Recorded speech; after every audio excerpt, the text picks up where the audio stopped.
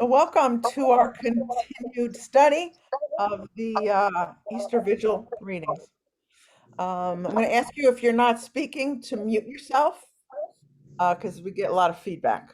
Um, so Oh, you know how to do that? Bill, yeah, I don't know how to do that either. you know how to mute it just while we're just Go down here. Mute. Hit Alt-A, the Alt button and the A together, and it does it. Alt-A. Okay, all right, I muted those that couldn't. Okay, so today we're going to talk about the flood story, which we probably know a lot about. When I was doing some reading, it said how it's one of those bad things happen to bad people story. Instead of we often say how why do bad things happen to good people, but this is one where God decided that bad things would happen to bad people, right? So last week we talked about creation, where God created everything and it was good. God wanted a relationship with the humans, put Adam and Eve in the garden, beautiful. They had everything they needed, plants, vegetables, beautiful garden, all the food they needed, everything to live a nice, full life. Yet sin crept in and we had the first fall from grace, the original sin, whatever you want to call it. And today, as we get into the story of the flood and further into the book of Genesis, we find that apparently sin had become quite rampant. So if someone wants to read Genesis chapter 6, verses 1 to 8, we'll get a little taste of what was going on.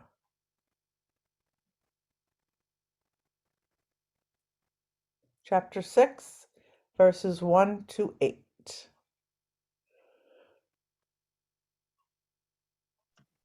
I got it. Okay, thanks, Peter. 6, 1 to 8. When man began to multiply on the face of the land, and daughters were born to them, the sons of God saw that the daughters of man were attractive, and they took as their wives any they chose. Then the Lord said, "My spirit shall not abide in man forever, for he is flesh. His days shall be 120 years. Nephilim were on the earth in those days, and also afterward, when the sons of God came into the daughters of man, and they bore children to them. These were the mighty men who were of old, the men of renown. The Lord saw that the wickedness of man was great in the earth, and that every intention of the thoughts of his heart was only evil continually. And the Lord regretted that he had made man on the earth, and it grieved him to his heart. The Lord said, I will blot out man whom I have created from the face of the land, man and animals and creeping things and birds of the heavens, for I am sorry that I have made them.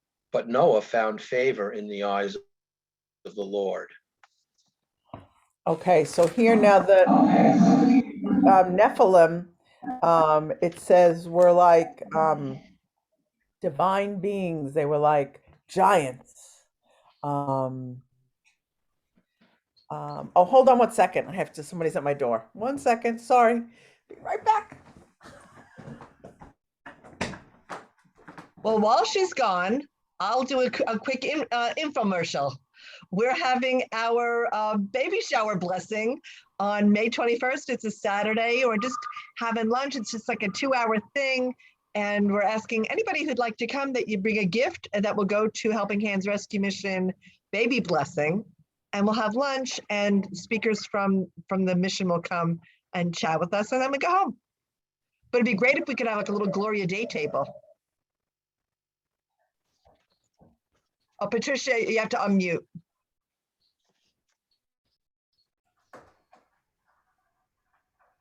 Oh, Patricia's muted. Sorry, I went to the other door. I'm sorry. I just wasn't, I had a question. Are we wrapping the No. gifts? No, but thank you.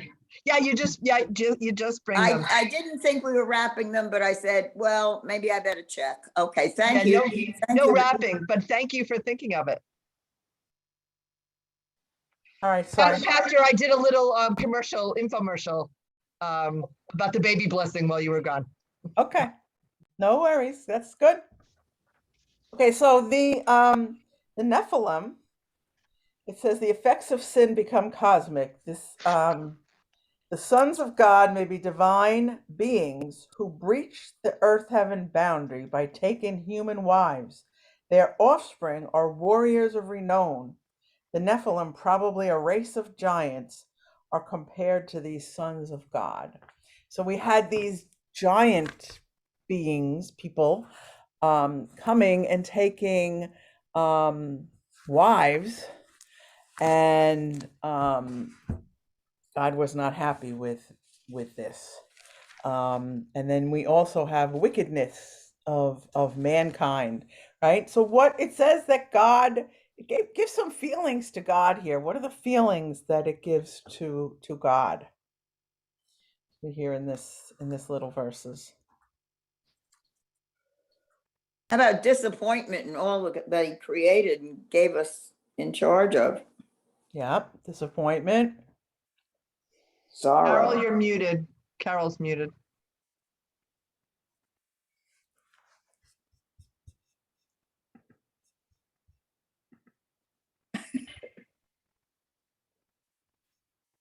Oh, she's still still can't hear it.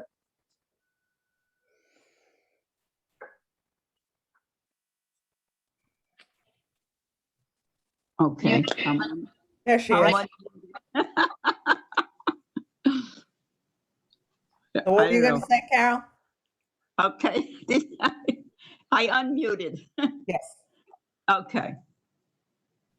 And I don't know. Well, I said, why did God create man like this? Why didn't he make him a better person? Seemed everything else he made was very good. Right. It wasn't. Why did he make man to be bad, to Well, I sin? think I don't know if God made man bad. God made man vulnerable, and God made man able to make choices. This is where our free will kind of bumps into I guess that was our problem. being perfect, right? If God made humans perfect and said you will do this, that, and the other thing, and that's all they did, then I guess we'd still be living in the garden. I don't know. But God allowed our brains to make choices. And unfortunately, they make bad ones a lot. They No. were tempted. I mean, the first Adam and Eve, they get tempted by the serpent or the devil, you Yeah. know. They're like, Right. oh, maybe that looks like a good idea. Oh, let me just try that piece of fruit. You know, I don't know, is they really meant it to be sinful or evil? They just were not listening, you know, not obeying. Yeah. And know. so God has been watching now humanity progress, the generations go on, and he sees that he's not happy with what is going on at all. Right. And and he says he's sorry that he made humans in the first place. Right? I should have stopped on day 5. I shouldn't have made these humans. What was I thinking?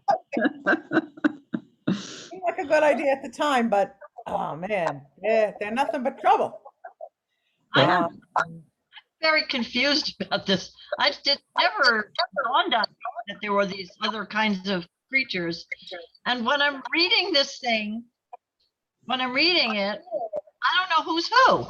When men began to multiply on the face of the ground, and daughters were born to them, the sons of God. Now, are the sons of God something else?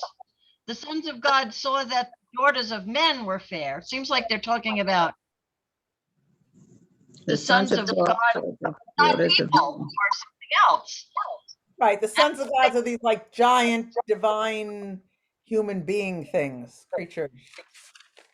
Oh, Yeah, they don't make When the Noah nursery rhymes and the little storybooks about Noah's Ark. they were different from other men. Right. So they were divine beings that breached the earth-heaven boundary, and they took so then on. when Go ahead. then he said, my spirit shall not abide in man forever, for he is flesh. Now he's talking about people, humans here. Yes. Okay. Right. Right. Well, because the product of these giant beings being with the human women, and they created offspring. And so that was flesh. Those were flesh beings, humans. Um, and God saw this was not right. There shouldn't be the mixing. There shouldn't be the um, and apparently they were not nice. So it's not even that the whole idea of this kind of creation, it's that they were wicked. My notes here says the universal sinful condition of humans is repeated after the flood. So the flood didn't rid the world of sin. So here you had all this sin already beginning, and then we would have the Lord seeing that these people were just in God's eyes. This was not, he had this vision. It's like when you have a vision of something. Um, Imagine you're building with Play-Doh or with clay or whatever, and you have this idea of something, and then you get it built, and you go, "Oh, that's not what I wanted." And you like smash it, right? And you start over. God was kind of saying, "Oh, this is not at all what I wanted. These people what's going on with them? They're acting crazy. They're wicked. They're bad. I'm sorry that I even started this whole experiment of humans. That they're just out of control." And he was grieved, right? He was sorry. He was grief stricken, and he was going to blot them out and everything, because he was so sorry that he had even made this creature, this human, this being. Um, the human situation was just not at all what God had in mind when he created human, and so he kind of wanted a do-over. But Noah was one person that God felt might be redeemable.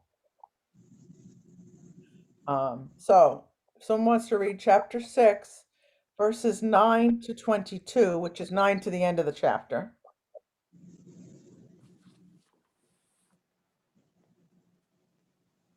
These are the generations of Noah. Noah was a righteous man, blameless in his generation. Noah walked with God, and Noah had 3 sons, Shem, Ham, and Japheth. Now the earth was corrupt in God's sight, and the earth was filled with violence. And God saw the earth, and behold, it was corrupt, for all flesh had corrupted their way upon the earth. And God said to Noah, I have determined to make an end of all flesh, for the earth is filled with violence through them. Behold, I will destroy them with the earth. Make yourself an ark of gopher wood, make rooms in the ark, and cover it inside and out with pitch. This is how you are to make it. The length of the ark, 300 cubits, its breadth, 50 cubits, and its height, 30 cubits. Make a roof for the ark and finish it to a cubit above, and set the door of the ark in its side. Make it with lower, second, and third decks.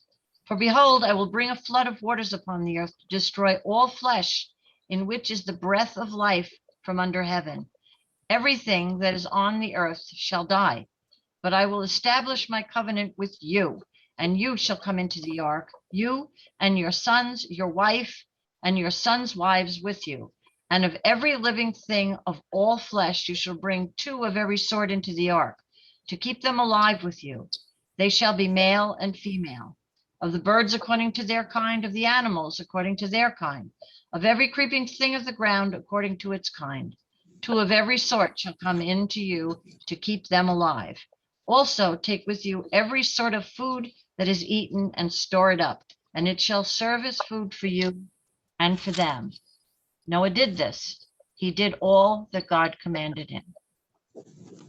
Okay, so here's more when we usually start our little story of Noah and the ark, where God comes to Noah and says, "Build me an ark," and gives him all the dimensions. And Noah starts building this big, huge monstrosity of a boat, and with all different compartments and rooms in it to house all of these animals.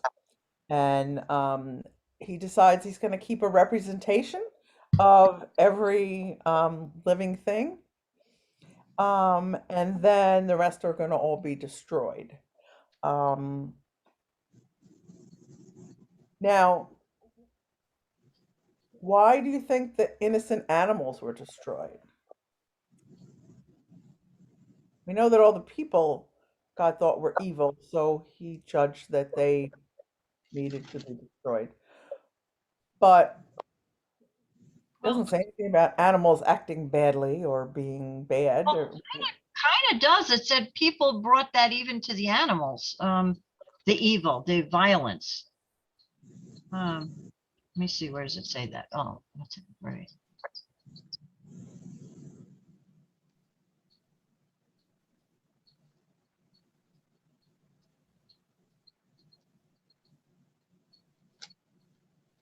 I don't know. Now the earth was corrupt in God's sight. This is verse 11. And the earth was filled with violence. And God saw the earth, and behold, it was corrupt, for all flesh had corrupted their way upon the earth.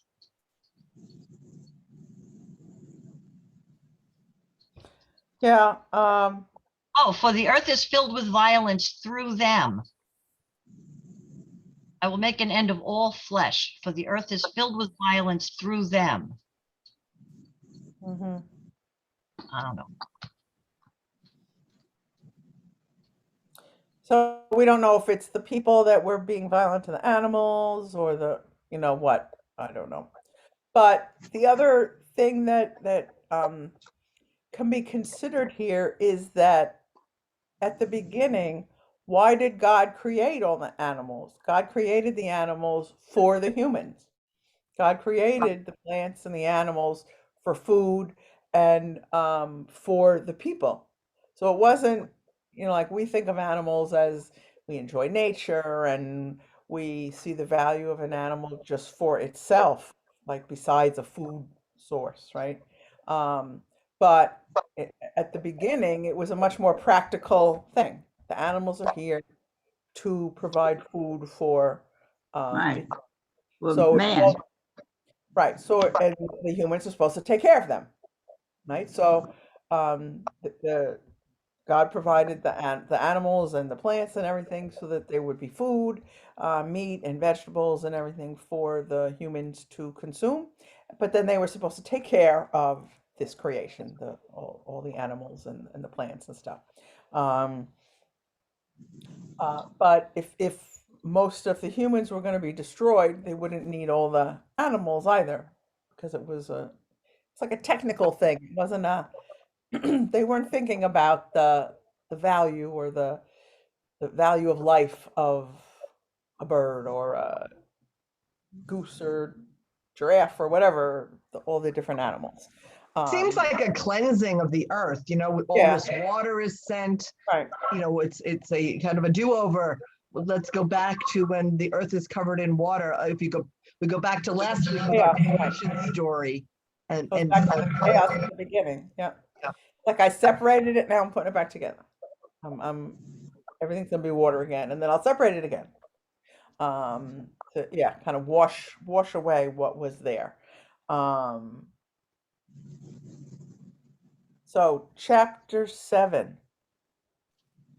Um,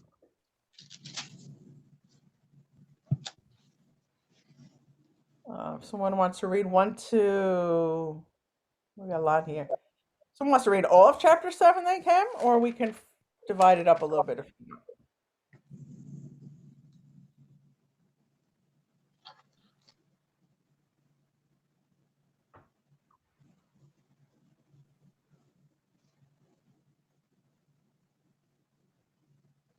Someone want to take on chapter 7? Pat, okay, mute yourself. Here it goes. Okay. The Lord then said to Noah, go into the ark, you and your whole family, because I have found you righteous in this generation. Take with you 7 of, was that 7? 7 of every kind of clean animal, a male and its mate, and 2 of every kind of unclean animal. Every kind of bird, male and female, to keep their various kinds alive throughout the earth. 7 days from now, I will send rain on the earth for 40 days and 40 nights, and I will wipe from the face of the earth every living creature I have made. And Noah did all that the Lord commanded him. Noah was 600 years old when the flood waters came on the earth. And Noah and his sons and his wife and his sons' wives entered the ark to escape the waters of the flood. Pairs of clean and unclean animals, of birds and all creatures that move along the ground, male and female, came to Noah and entered the ark, as God had commanded. As God had commanded Noah. And after the 7 days, the flood waters came on the earth. Do you want me to keep going? Yeah. In the 600th year of Noah's life, on the 17th day of the 2nd month, on that day, all the springs of the great deep burst forth, and the floodgates of the heavens were opened, and rain fell on the earth 40 days and 40 nights. On that very day, Noah and his sons, Shem, Ham, and Japheth, together with his wife and the wives of his 3 sons, entered the ark. They had with them every wild animal according to its kind, all livestock according to their kinds, every creature that moves along the ground according to its kind, and every bird according to its kind, everything with wings. Pairs of all creatures that have the breath of life in them came to Noah and entered the ark. The animals going in were male and female of every living thing, as God had commanded Noah. Then the Lord shut him in. For 40 days, the flood kept coming on the earth. And as the waters increased, they lifted the ark high above the earth. The waters rose and increased greatly on the earth. And the ark floated on the surface of the water. They rose greatly on the earth. And all the high mountains under the entire heavens were covered. The waters rose and covered the mountains to a depth of more than 20 feet. Every living thing that moved on the earth perished, birds, livestock, wild animals, all the creatures that swarm over the earth, and all mankind. Everything on dry land that had the breath of life in its nostrils died. Every living thing on the face of the earth was wiped out. Men and animals and creatures that move along the ground and birds of the air were wiped from the earth. Only Noah was left, and those with him in the ark. The waters flooded the earth for 150 days. Okay, so here we have this story that we know the story, but if you picture this, try to picture this happening, right? The water's coming, all these people. This is not a pretty picture. This is not a little nursery rhyme. People are drowning, animals are drowning, gasping for breath. This must have been horrible, scary, terrible time for these poor people that all of a sudden were in 20, 30 feet of water and everything was gone and they were drowning. It always amazes me that that this is like such a common Sunday school and vacation Bible school story, and yet it's so tragic, And I'm always shocked that the little kids don't ask. Like they don't say, "What about those poor people that drowned?" They just don't. And we as adults don't either. We just go merrily along with, "Oh, but Noah and his family were okay." And all the animals 2 by 2 came on and everything was wonderful and it started again. Yeah. Um, Well, that's because that's the way it's taught to us. Noah was we told never by read the God, end of the story. yeah, get everybody on the boat, get all the animals on the boat. It rained for 40 days. The rain went away, and there they were on top of the mountain. They all came off the boat, and everybody was hunky-dory. That's the way we learned the story. With all of that stuff in between, we never learned. I know. No, we don't read the Well, part we where never Noah concentrated on starts it. drinking. Oh yeah, we don't go on to that. Yeah. Yeah. But even just the death, the tragedy of all these people. I mean, we don't know how many people there were, but obviously if there was enough that it was that they had to go to God had to go to such an extreme to get rid of them, right? It wasn't like just one family that was bad. There had to be a lot of people that were bad in order to want to cleanse the whole place and fill the whole earth up with water. So it had to be lots and lots of people and lots of animals that went to their death. You know, I know I saw a picture once of the dinosaurs. I mean, this doesn't relate, but dinosaurs standing on the shore, and they see the ark sailing off on the water, and them saying to each other, "Oh, was today the day we were supposed to get on that boat?" Like that's why they're extinct, because they missed getting on the boat. You know, it's funny, but it's like, yeah. Well, I imagine there were plenty of people that regretted or certainly thought of Noah and that he was doing, what is this guy making this boat for? I mean, it's so stupid. Thought very little, you know, and then later on, as this tsunami of all this water and everything going, oh my, I guess he did have a reason after all, but what's going to happen to the ark? Is it really going to be protective of that many people only and that many animals, or are they too going to die like the rest of us and be destroyed? Right. Maybe You it was wonder- God's way of getting us back to the garden and everything that was good for Adam and Eve, and just, you know, Yeah, I think that was changing it. that was an attempt. Yeah, I mean, you wonder if it doesn't say anything about that, you know, like in some like in some in Job and in some of the not Job, Jonah and some of the other stories, like God says, "Go warn those people. I'm going to destroy them." Like, go warn them. And Jonah's like, "I don't want to. I don't like them. I want them destroyed." And God's like, "No, you got to go warn them. Give them a chance to redeem themselves." Okay, so this is after this happened that God is trying to not do the flood again, right? In the flood, it sounds like people got no warning, right? Noah and his family got on the boat. All their neighbors thought they were going away for the day, and then they were all dead. It was like nobody, I don't think anybody knew, Pat. You know, I don't think, They didn't blow any tornado whistles or anything, no. and it was, you know, they were going about their business, and then this tsunami came and they were dead, and that was that. And there was no chance to say, "Oh my goodness, I'm sorry, I did this, that, or the other thing." It doesn't sound like there was any chance to try better. Now, that doesn't mean that God hadn't tried maybe many times before that to get to them, and then was finally fed up at this point in the story. But in the immediate run up to this flood, we don't see any warning of people, like, you know, to get on.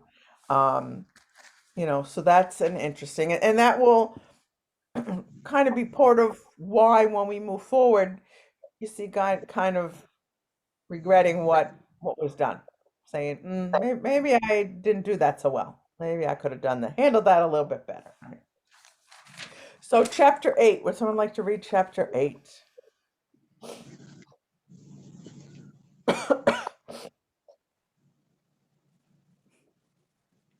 I'll read it. Okay. But God remembered Noah and all the beasts Go ahead. and all whoever- the, pardon me? Go ahead, Carol.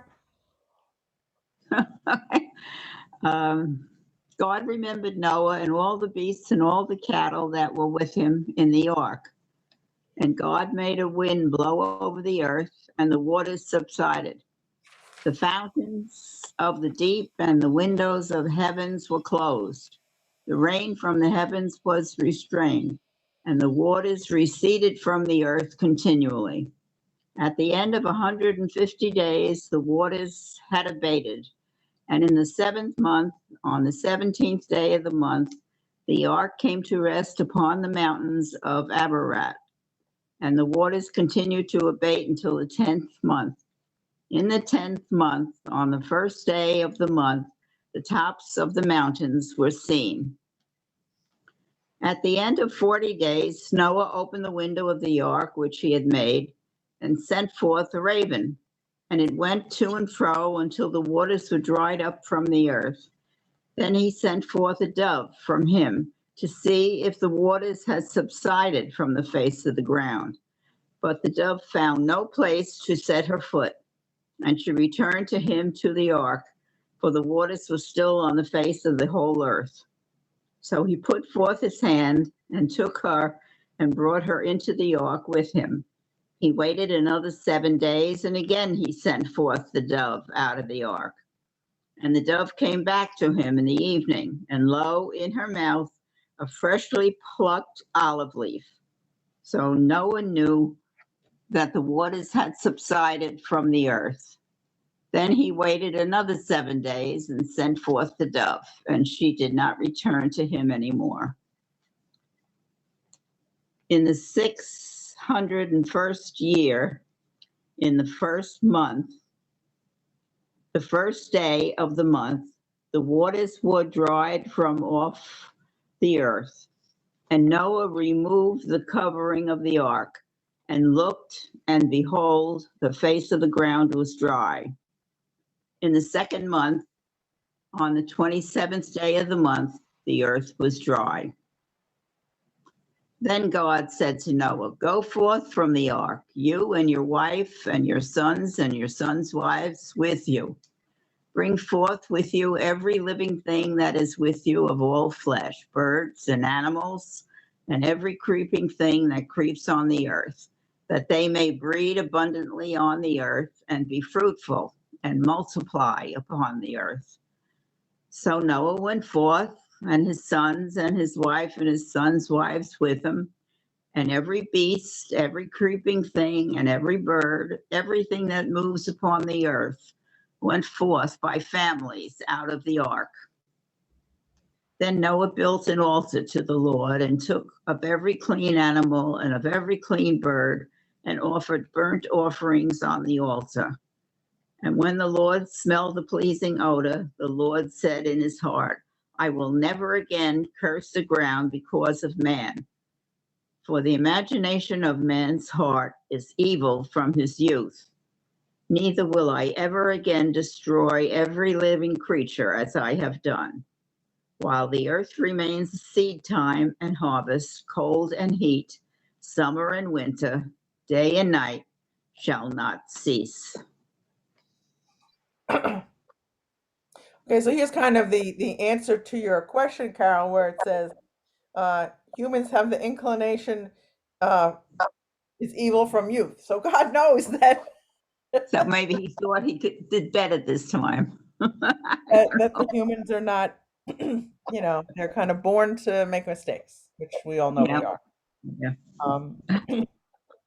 So yeah, so now here we have the more nice little story that is told in Sunday school and vacation Bible school, right? Of the ark floating along the waters, and then the rain stops, and the dove going out, and then finally it comes to rest on the mountain range, and then everyone goes out, and like Peter says, they live a nice life, right? Everyone goes out, they start fresh. They build a house. They start building their gardens again, and they begin a new life. Noah builds an altar to thank God and a place to praise God, and then he sacrifices one of every animal. That's not good. So here are all these animals that came safely through. But You didn't have that many extra animals. well, but that's where when we say the animals went on 2 by 2, the thinking is that this is two stories combined together. Like we have 2 creation stories. This is kind of like 2 flood stories put together, because in them it first says a pair of everything, and then it says 7 pairs. Yeah. So Yeah. So I think whoever wrote the original pair story went, well, wait a minute. If there was only one pair and Noah sacrificed one of them, and everybody would be dead, That's nice. Right. That doesn't right? work.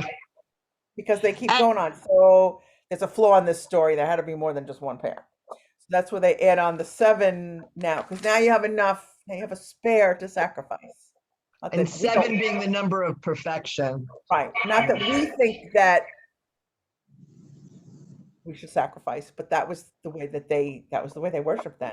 That was how they worship God. They would take a clean animal and sacrifice them. So they took with them enough animals to be able to provide for this sacrifice when they got to their eventual place. And then God realizes that you know that this was not the best thing to do, and says, I'm not going to do this again, because there's just no way to stop these humans. They're going to make mistakes. So I can't. Otherwise, it'd have to be a do-over, like every generation, to keep wiping out the next group that came along. So he agrees here that as long as the earth endures, seed time, harvest time, cold, heat, summer, winter, day, night shall not cease. So the world that he created at the very beginning will keep moving along as had been originally planned. Um,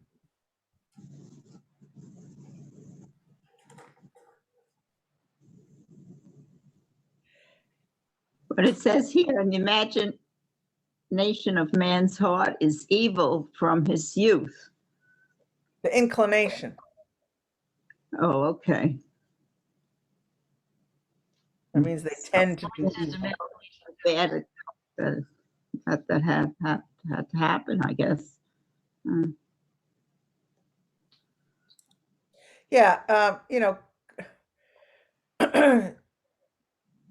God realizes that humans are not perfect, and we tend to make the choice towards the sinful choice that we get, Yeah. unfortunately. Which is pretty much then the whole rest of this book is about God trying to get the people to understand that, right? And keep sending Yeah. people, working with them, and having judges and kings and all kinds of people work Right. with this original group that he thought maybe would do better, and yet he would wind up having to send a son, Jesus, who would then be killed, and we're still in the same boat, making mistakes again. So that let's just finish this up with chapter 9 from 1 to 17.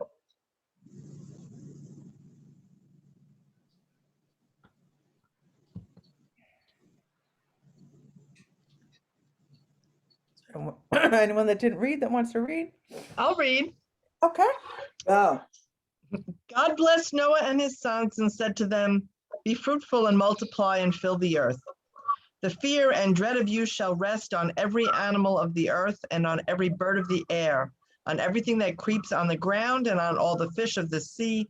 Into your hand they are delivered. Every moving thing that lives shall be food for you. And just as I gave you the green plants, I give you everything. Only you shall not eat flesh with its life, that is, its blood. For your own lifeblood, I will surely require a reckoning. From every animal, I will require it, and from human beings, each one for the blood of another. I will require a reckoning for human life. Whoever sheds the blood of a human, by a human shall that person's blood be shed. For in his own image, God made humankind. And you, be fruitful and multiply, abound on the earth and multiply in it. Then God said to Noah and to his sons with him, as for me, I am establishing my covenant with you and your descendants after you, and with every living creature that is with you, the birds, the domestic animals, and every animal of the earth with you, as many as came out of the ark. I establish my covenant with you that never again shall all flesh be cut off by waters of a flood, and never again shall there be a flood to destroy the earth. God said, this is the sign of the covenant that I make between me and you and every living creature that is with you for all future generations. I have set my bow in the clouds, and it shall be a sign of the covenant between me and the earth. When I bring clouds over the earth and the bow is seen in the clouds, I will remember my covenant that is between me and you and every living creature of all flesh. And the water shall never again become a flood to destroy all flesh. When the bow is in the clouds, I will see it and remember the everlasting covenant between God and every living creature of all flesh that is on the earth. God said to Noah, this is the sign of the covenant that I have established between me and all flesh that is on the earth. Okay, so this is where our covenants begin here. What is a covenant? Does everyone know what a covenant is? Contract. A promise, I guess.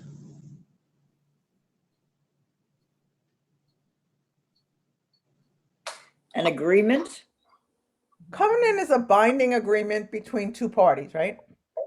And um, in this case, it's between one that's much more powerful than the other. Okay, so all the covenants we have in the Bible with God are between God, who is much more powerful than us, right?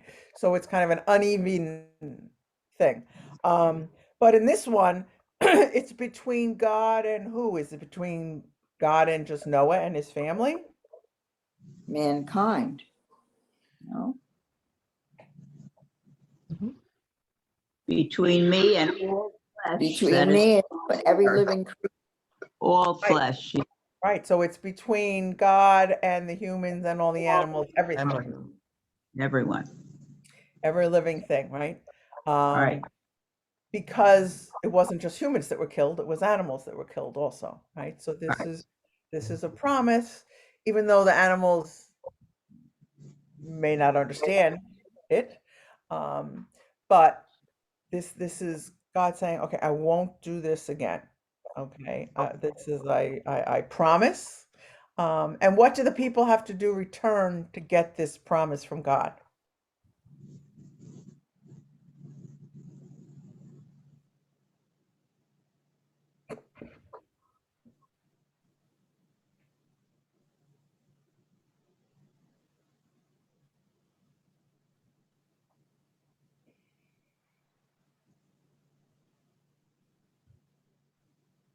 Doesn't say we have to do anything, really. Your question, sorry. They don't have to do anything. Yeah, they just can live there. Go ahead and live your life. Right. This is, I want to be in relationship, He's God the saying, only I want to be promise. in relationship with you. I want this relationship to continue. I won't destroy you or any human thing.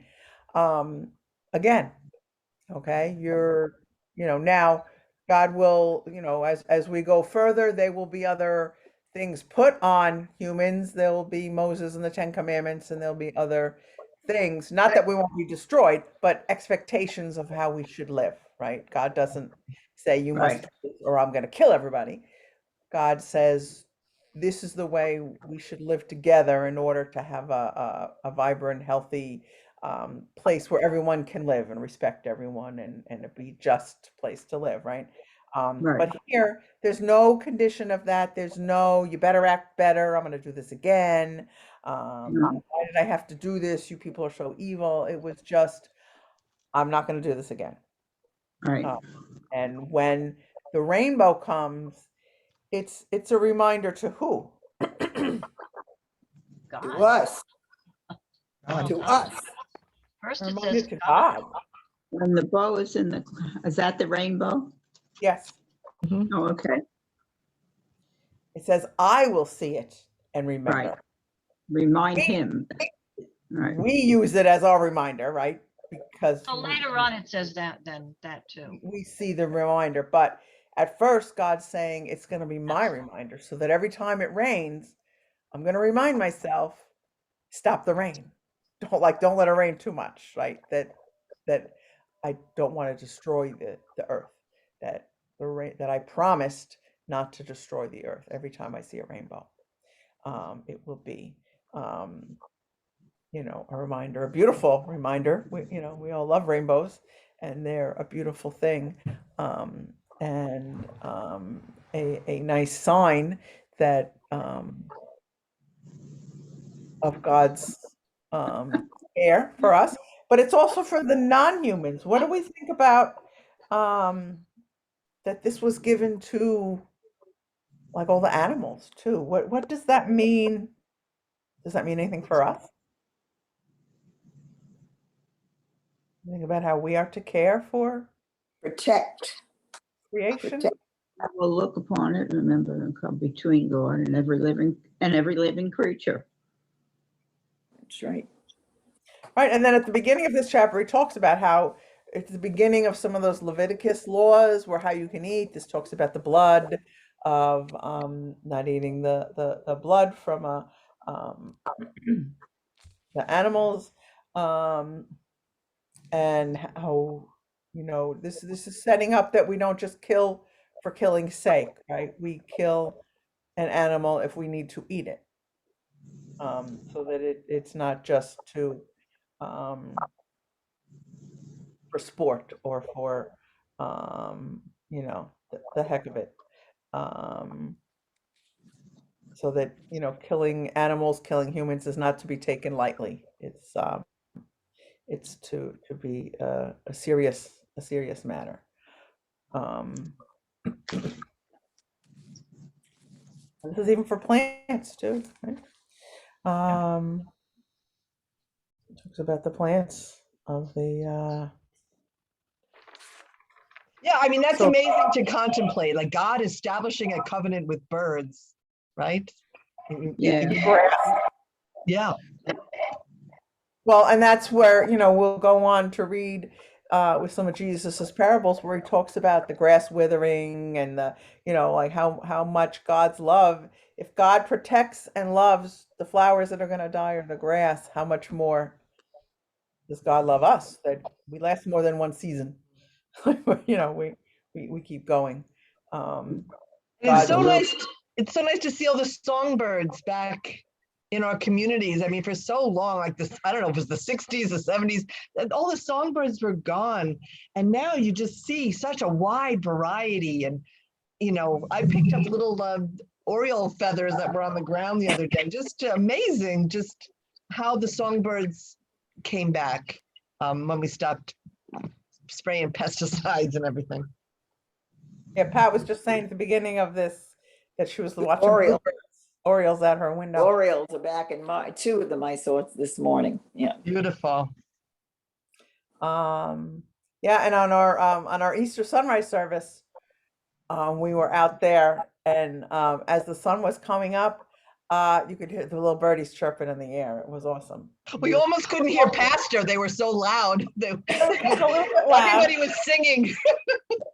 They were getting a little loud there. But it was awesome to hear them all. So any other thoughts? Does some of our reading today, does it change the story for any of you? Does it more little nicey Sunday school story? Yeah.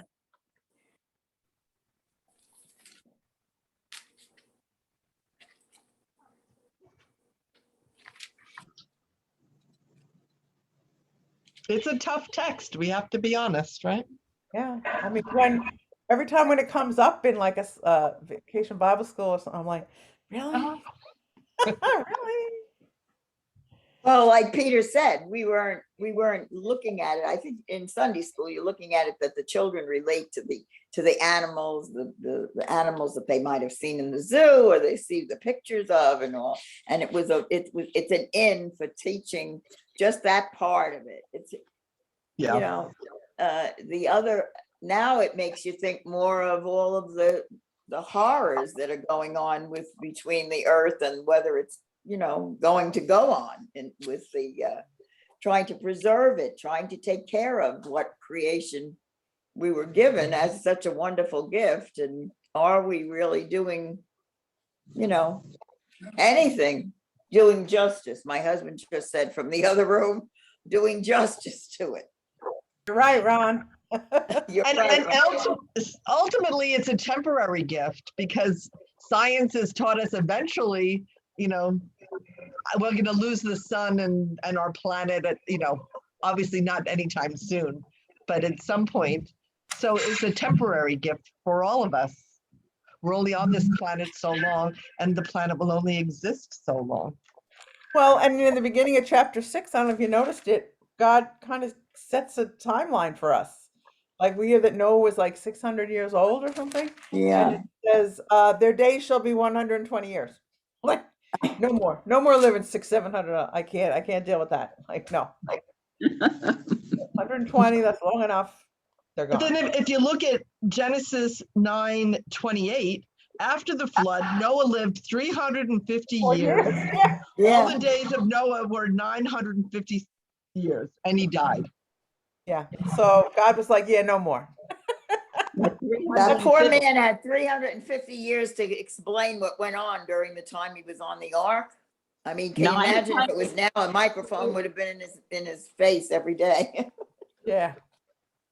It's hard enough getting out of bed at my age. I can't imagine at that age. At 900, yeah. Well, he- There's enough Noah- Advil and Tylenol for that. 350 years, and all the days of Noah were 950 years. right. Yeah. I know, which it's a long time. That's He a lived long- 350 or 900. Right. But and then it goes on to list all the descendants and everything. Oh, the flood But lived 300 years. I don't know. long time, longer than we could ever imagine. No, to reach that. Much longer than we can ever. But I mean, as Pat said, boil down to a nice children's story. It's okay. But I think we, as adults, we need to look at the entire story and think about the ramifications of that cleansing.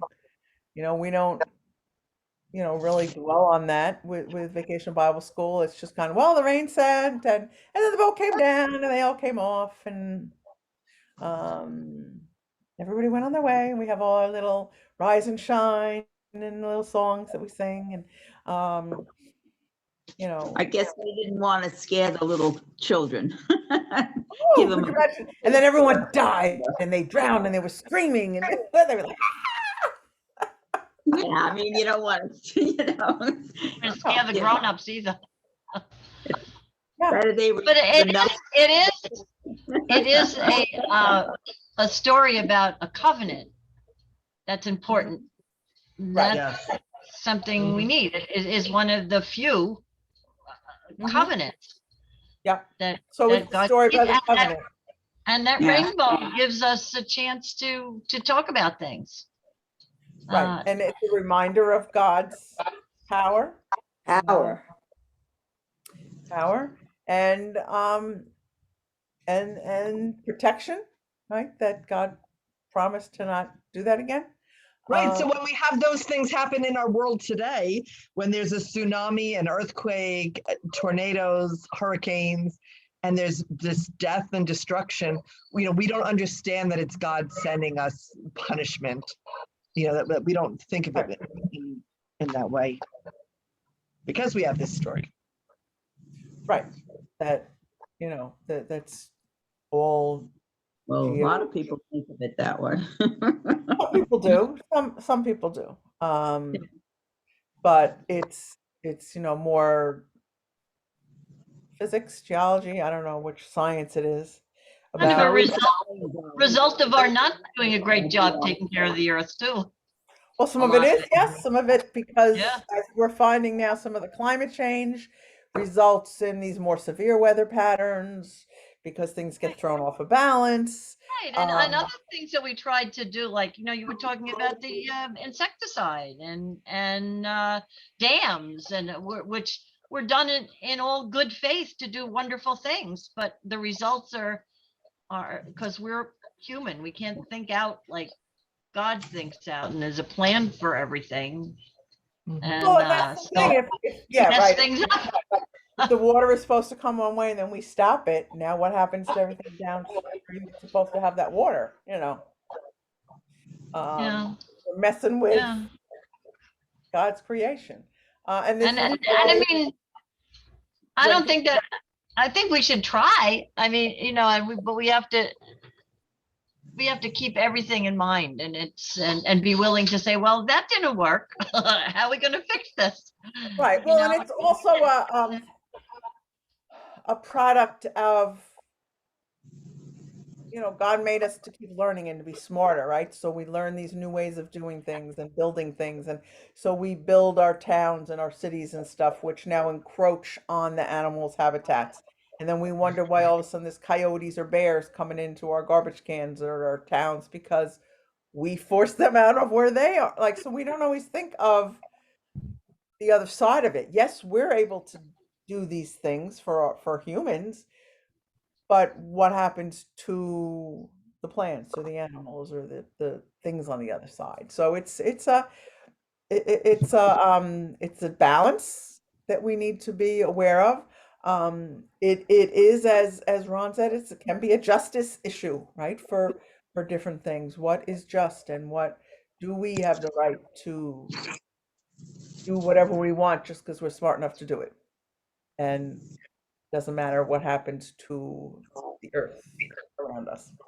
It's you know, it's something we need to keep in mind as we get smarter and able to do more things, yet the things we do have a more far-reaching consequence on our fellow living things that God wants us to protect.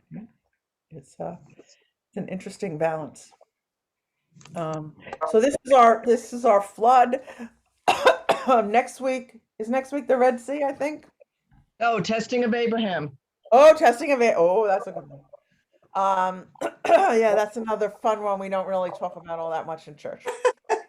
I did once. So it was interesting. When you do the narrative lectionary, that's like one of the readings. So yeah, Abraham. an interesting story. I may or may not be here next week. I have that call-in telephone jury duty next week. Oh, So I'm hoping the number does not get called. But Eugene will lead you if I am called to go sit in some courthouse somewhere. Okay, all righty. So, all right. God bless everybody. Have a great week. Yes. Happy Mother's Day. Oh, that's right. Happy Mother's Day. Happy Mother's Day. Happy Mother's Day. Happy Mother's Bye, Day. everybody. See you Bye. next Bye-bye. Bye. Take care. Bye. God bless. Bye.